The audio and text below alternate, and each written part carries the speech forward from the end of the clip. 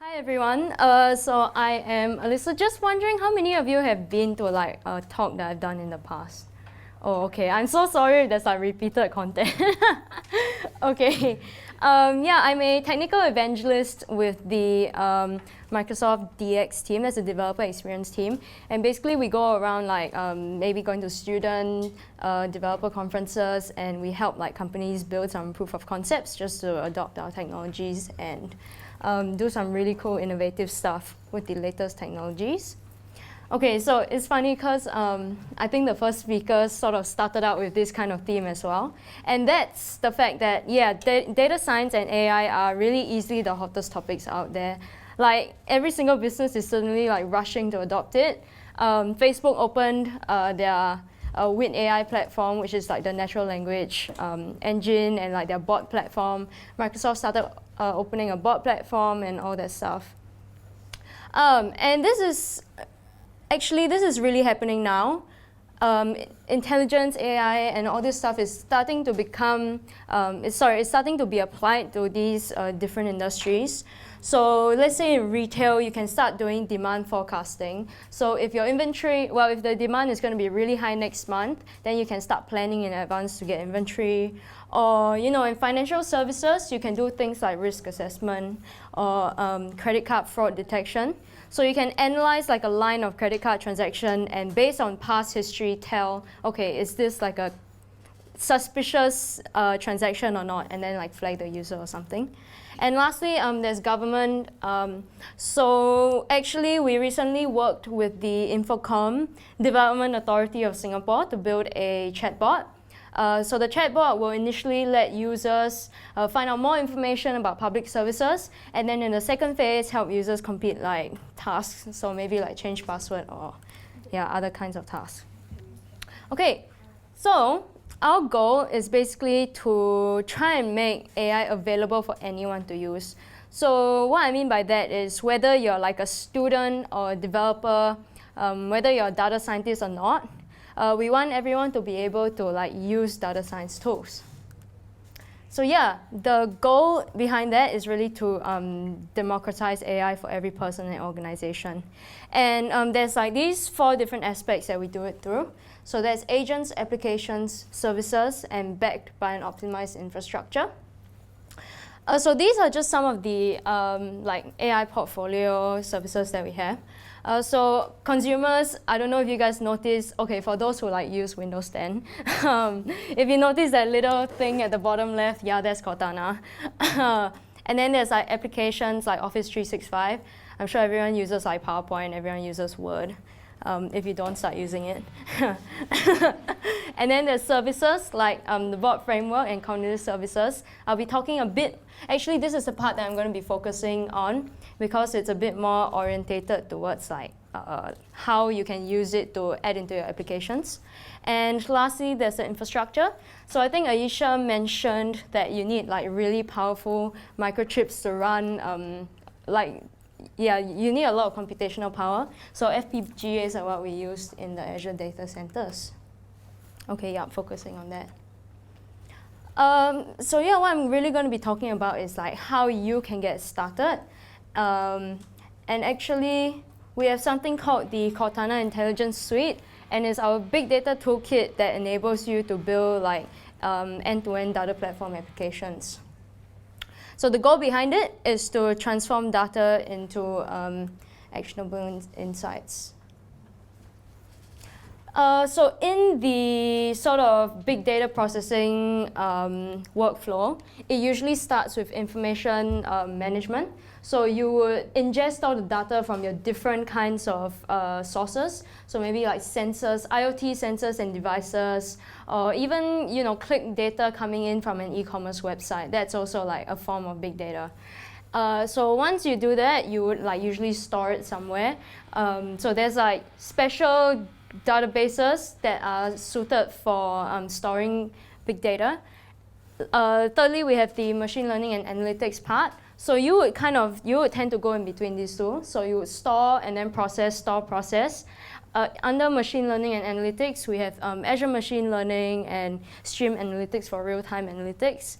And then lastly, you want to consume You want to consume the data that you've processed. And you can do that through cognitive services, bot framework, or visualizations tools like Power BI. These are the more interesting ones that I'm going to be focusing on so that no one falls asleep, I hope. Okay, so let's start with machine learning. Now, what is machine learning? Machine learning is taking past data and then using that to create a model to predict future data.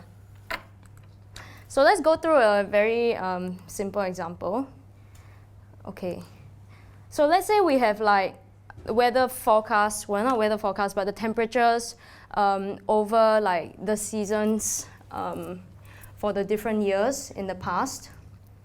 So based on each of these, like this is over time, it will make like a general trend line for each of the historical data. And then what we want to do is like try and aggregate all these trend lines to do a prediction for 2020. So once we've done that, maybe using like regression or something, it will come up with like some sort of model at the end. And then this model is what we will use to do the prediction for the temperatures in 2020. And I will show you how you can actually do this using Azure Machine Learning later. Machine learning can really answer these four main types of questions. So that's classification, anomaly detection, regression, and clustering. I'll just go through each of these in a bit more detail. Classification is, well, it's quite self-explanatory. It's kind of like you're trying to classify, you ask a question and you're trying to classify something. So it's like if you send the model a picture of a cat, you're trying to classify, okay, what breed of cat is this? I really like cats, so yeah, I always have them in my examples. And then there's anomaly detection. This is kind of detecting if something is weird. So like the credit card transaction example that I used just now. So it will flag like unusual events based on what you label as normal or abnormal in the past. Thirdly, there's regression. Regression tends to be numerical predictions. So for example, okay, like with the example I did earlier with the temperature prediction, that's an example of where you would use regression. And then lastly, we have clustering. So clustering is really trying to analyze like patterns in your data and yeah, which phone models will explode. Okay, so the machine learning process tends to look something like this. You start with raw data, and then you apply like pre-processing, and this part takes quite a long time, like trying to prepare the data and process it, maybe clean missing rows, things like that. And then you apply some sort of learning algorithm to it, and it's a bit of a guess and check process sometimes, so you have to see, fine-tune the values, see what values fit the model best. And then once you've done that, you can like deploy your chosen model to maybe an API, which you can use together with your applications. You can do all of this using Azure Machine Learning, actually. And it's like a fully managed cloud service for building ML models. The good things about it is that it's all in the web app, so you don't need to install anything. You can just like start creating your model straight in the web browser. It's integrated, so there's like drag and drop interface. If you don't code, that's okay because you can still build a model. You can use like R for those of you who are a bit more advanced, and you can also use SQL as well. And then lastly, you can deploy your model very quickly. So there's actually some pre-built models already under each of the questions that I mentioned just now. And the workflow looks a bit like this. So you start with data, and then you develop it inside the environment. Then you deploy it to an API, which you can call it from your applications. And these are just some of the like use cases for ML. So I'll just quickly demo Azure ML for you. It's quite cool, actually. Wait, where's everything? Oh, there it is. Okay. So what I've actually started with here, okay, you know what, I'm going to do a duplicate. This is too difficult. Cool. So I actually started with some raw automobile price data. So if I just go in and visualize it, there's actually all these different columns. So there's like the make, maybe the brand of the car, is it Audi, BMW? Yeah, I'm too poor to get those, sadly. There's fuel types, so gas or maybe, what's the different, I don't know, electric. Basically, you can see that there's these different types of properties. And then at the end, it actually has a price value. So what I'm actually trying to do here is make a model that can help me predict the price of a car given the properties. So I've actually, basically these blocks are like cleaning the data. So I'm like removing missing value rows over here. And then over here, I'm actually selecting what features for prediction.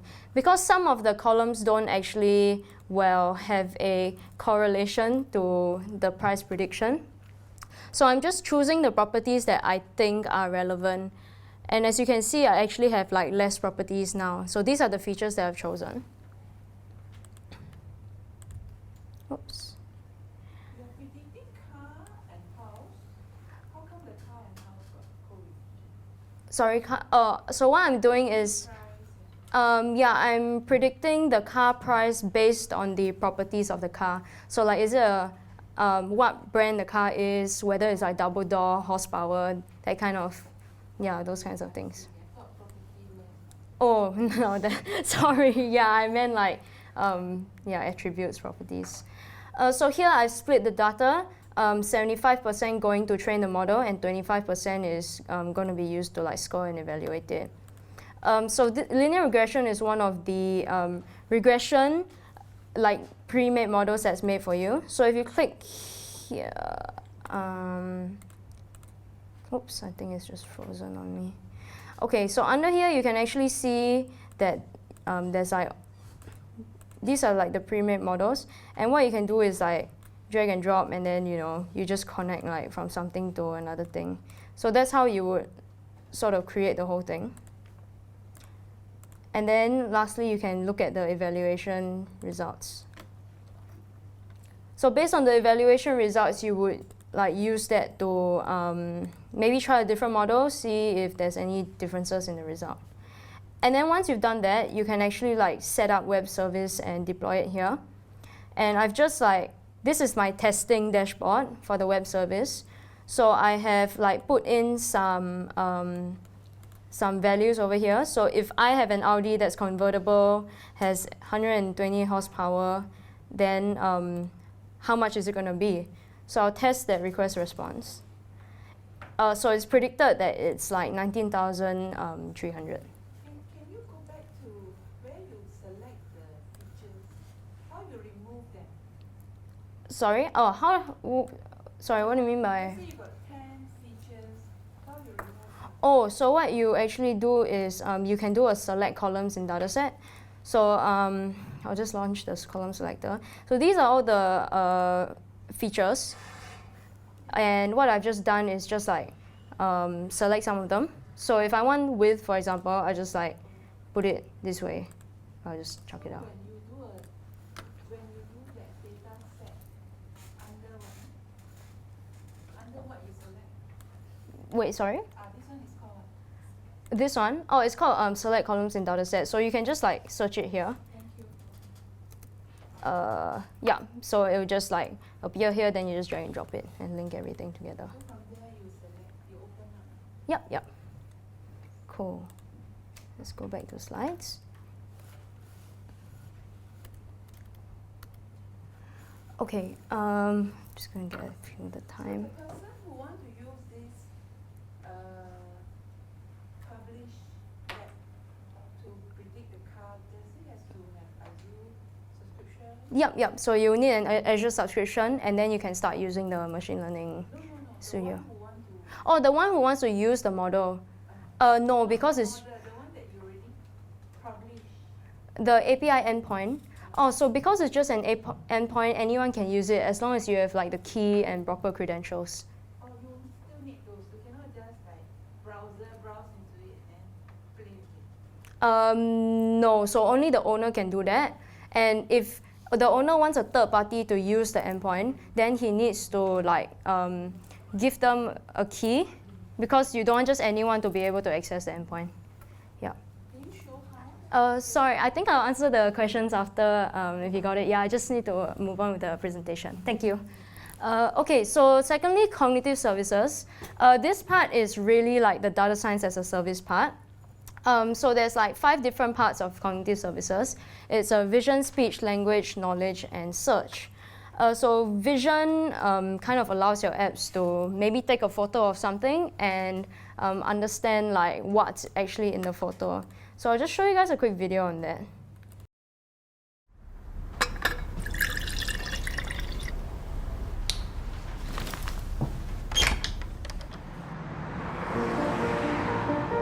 I'm Saqib Sheikh. I lost my sight when I was 7, and shortly after that I went to a school for the blind, and that's where I was introduced to talking computers, and that really opened up a whole new world of opportunities. I joined Microsoft 10 years ago as a software engineer. I love making things which improve people's lives. And one of the things I've always dreamt of since I was at university was this idea of something that could tell you at any moment what's going on around you.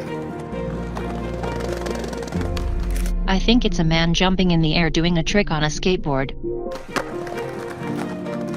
I teamed up with like-minded engineers to make an app which lets you know who and what is around you. It's based on top of the Microsoft Intelligence APIs, which makes it so much easier to make this kind of thing. The app runs on smartphones, but also on the Pivot Head smart glasses. When you're talking to a bigger group, sometimes you can talk and there's no response, and you think, is everyone listening really well, or are they half asleep? And you never know. I see 2 faces, 40-year-old man with a beard looking surprised, 20-year-old woman looking happy. The app can describe the general age and gender of the people around me and what their emotions are, which is incredible. One of the things that's most useful about the app is the ability to read out text. Hello, good afternoon. Here's your menu. Great, thank you. I can use the app on my phone to take a picture of the menu, and it's going to guide me on how to take that correct photo. Move camera to the bottom right and away from the document. And then it'll recognize the text. Read me the headings. I see appetizers, salads, paninis, pizzas, pastas. Years ago, this was science fiction. I never thought it would be something that you could actually do. But artificial intelligence is improving at an ever faster rate, and I'm really excited to see where we can take this. As engineers, we're always standing on the shoulders of giants, building on top of what went before. And in this case, we've taken years of research from Microsoft Research to pull this off. I think it's a young girl throwing an orange frisbee in the park. For me, it's about taking that far-off dream and building it one step at a time. I think this is just the beginning. Yeah, that's one of my favorite videos. It's really meaningful. Cool. So actually, Uber's using our Face API to identify their drivers for security reasons. So making sure that the drivers are really who they say they are before picking up a passenger. Coca-Cola actually did a marketing campaign kind of thing. So it was their 100th birthday, and if you take a photo with it, it actually shows that the Coke bottle is 100 years old, which is quite cool. And lastly, eBay is actually using our translator for their website to give it in different languages. And in fact, there's over I don't know how many APIs there are now under cognitive services. There's a lot. There's maybe 30 by now, and it's always growing. So yeah, I definitely encourage you guys to go check those out. The best thing about it is that it's just APIs, so it's already pre-made models for you. You can just integrate it into whatever apps you want to put intelligence in your apps. Okay, so the last thing I'm going to be I'll just do a quick, actually no, never mind. Time constraint. Let's move on. Okay, so conversations as a platform is the idea of conversations and using natural language as a new way for us to interact with our apps. So that's the idea of bots. I'm sure a lot of you guys know bots are like super hype thing right now. And it's really an application to help you automate a lot of things. It's not defined by AI, NLP, or voice. So if your bot doesn't use like super clever, I don't know, natural language models, it can still be a bot. And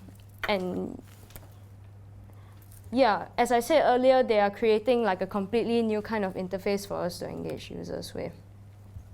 So we actually have something called the Microsoft Bot Framework that lets you like build intelligent bots and then deploy it to any channel you want. So like Facebook Messenger, what else is there? Telegram, Skype, and even email and SMS.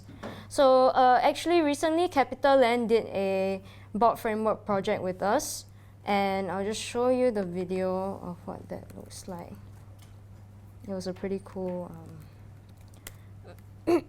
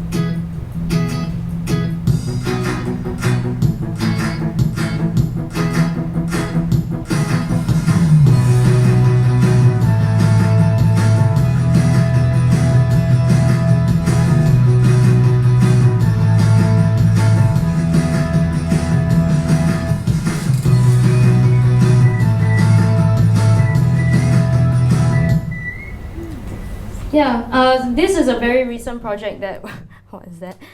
This is a very recent project that we completed with CapitaLand, and it's using the Microsoft Bot Framework. And their bot is actually in their app. So there's three main components in the bot framework. The first is a SDK for Node.js and C#. But even if you don't know Node.js and C#, don't worry about it. You can always use like other languages and then use the API to connect straight to the bot framework connector. There's the bot connector, which will route your message to the channels and manage the state of the user's dialogue between the different channels. And then lastly, there's something like an app store for bots, and we call it the bot directory. These are some of the maybe bigger companies so far using the bot framework. I don't know if any of you guys have used Skyscanner or Expedia before. Skyscanner helps you look for like flights online. It's pretty cool. And then StubHub and UPS, which is a postal company.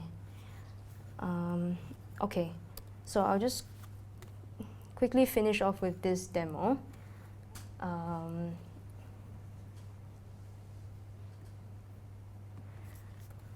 So like this is a car insurance bot. I'll probably need to refresh it.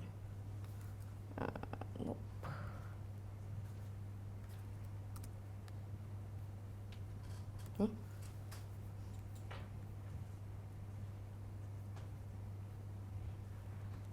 Okay, so he's like, I can help you with all your insurance needs, la la la la. So in the background, it's actually using the linguistic understanding API, which actually understands like what I'm trying to tell it. This is a model that you have to like train in the background yourself. So I can say something like, okay, I need insurance. And you can actually display like special cards like this as well. So it's not just text. So I'll say I need automobile insurance. Say, yes, I'm an existing customer.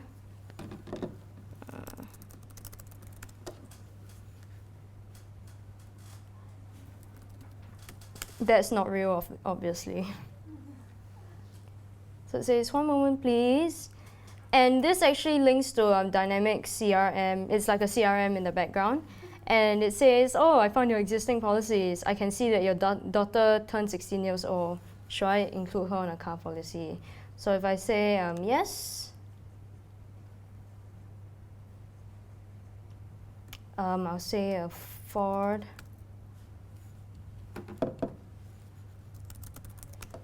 This is an example of the form flow. It's kind of like filling up a form. That's why they call it the form flow. Say 2013. Yes, I do have a photo of the car. Oops. Okay, so if I put a picture of the dog, for example,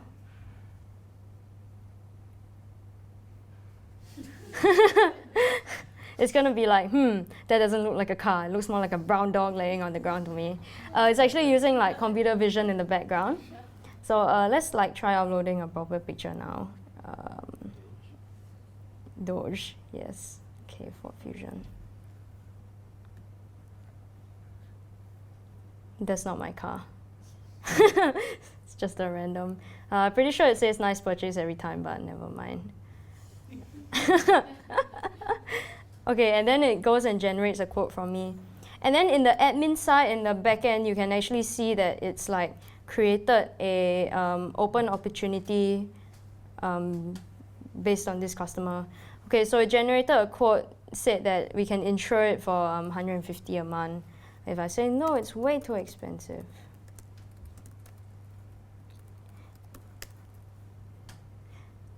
So the bot will actually go and do sentiment analysis and detect that my reaction was extremely negative, and then go and put a human agent there to do damage control. Yeah. This is the opportunity that I just created. So I'm just going to go in here.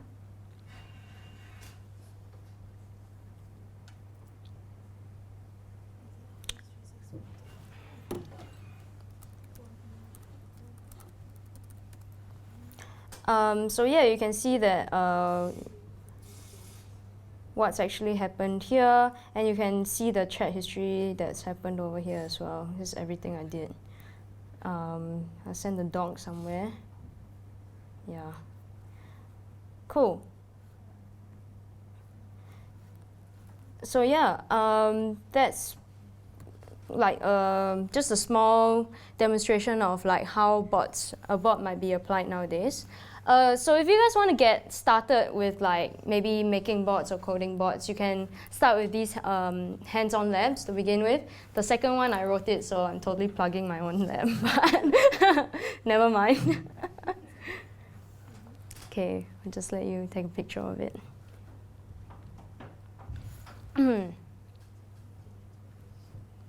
Okay. Able to put this onto the code. Yes, all the videos are recorded and will send No, I the mean link. the link. The videos also include the slides. No, the link. The link video cannot click. Yeah, are you able to put the PowerPoint slides on the meetup page? Yeah, we can do that. Yep, I can share the PowerPoint slides, yeah. So these are some of the things that we basically covered today. If you're feeling like this at the moment, don't worry, yes, it's a lot to take in. But never mind, I hope you at least gain like a thing or two from it. Cool, thank you.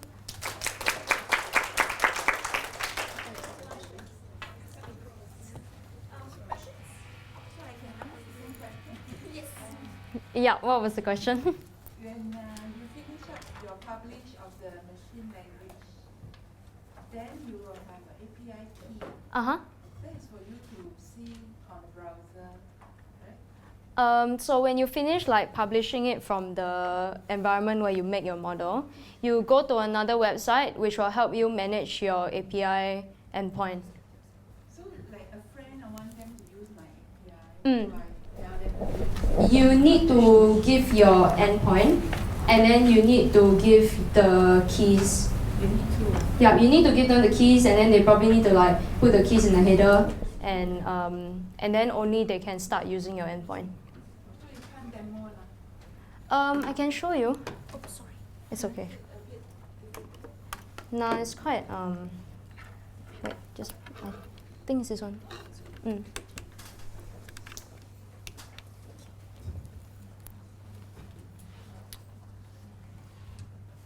So anybody cannot just go and use API net. They got Yeah, because I mean you don't want anyone to be able to just abuse the endpoint. Because the more calls you make, the more yeah, so this is the primary key, and then this is the endpoint that you will use. So these people don't need Azure prescription. Any browser can. You can even integrate it in your applications, or they can integrate it in their applications. You just give them those key and Yeah, so just give them the endpoint and then give them a key, it should be enough. and they don't need to have Azure prescription. No, they don't need a subscription. You will need a subscription. Yeah, to deploy the endpoint. Yeah, so there's a tutorial that actually shows you how to like consume it, so you can always use that. Yeah. It's okay. Any other questions? Yeah, just A question about Azure. Yeah. So when you're doing the data cleaning and all that, right, does it allow you to do additional feature creation in your data? Like say if you have 2 columns of data and you wanted to read both columns. Or to create another. Create another column of data. Yeah. Would it be able to do that? Yeah, yeah. I can't remember what's the exact like module to do that, but I think there is one. Yeah. So this Azure prescription is for how long? I mean, how much? What's the rate nowadays? The Azure subscription. So there is a there's like a free tier. So there's like services that you can access using the free tier, and then past that, depending on the number of calls you make, they will start charging you after that. How is it like if I want to just explore and play around with? So I believe with the free tier, where's Kaiser or Fami? I can't remember. You should be able to access the machine learning API and like build your own models and deploy it. It's only if your model is called like above a certain number of times, which I don't think you will exceed, especially if you're not like deploying it commercially. If you're deploying it commercially, then yes, you will need to like up the compute. Okay. Mm. It's okay. Yeah. Any other questions or? Oh yeah. Oh, the glasses. Is it already consumption or? Oh, so that one is not commercially available, but they are working towards making it. Yeah. Cool. Any other questions? Thank you, Elisa. It's okay. I'm just taking my laptop. I borrowed your mouse.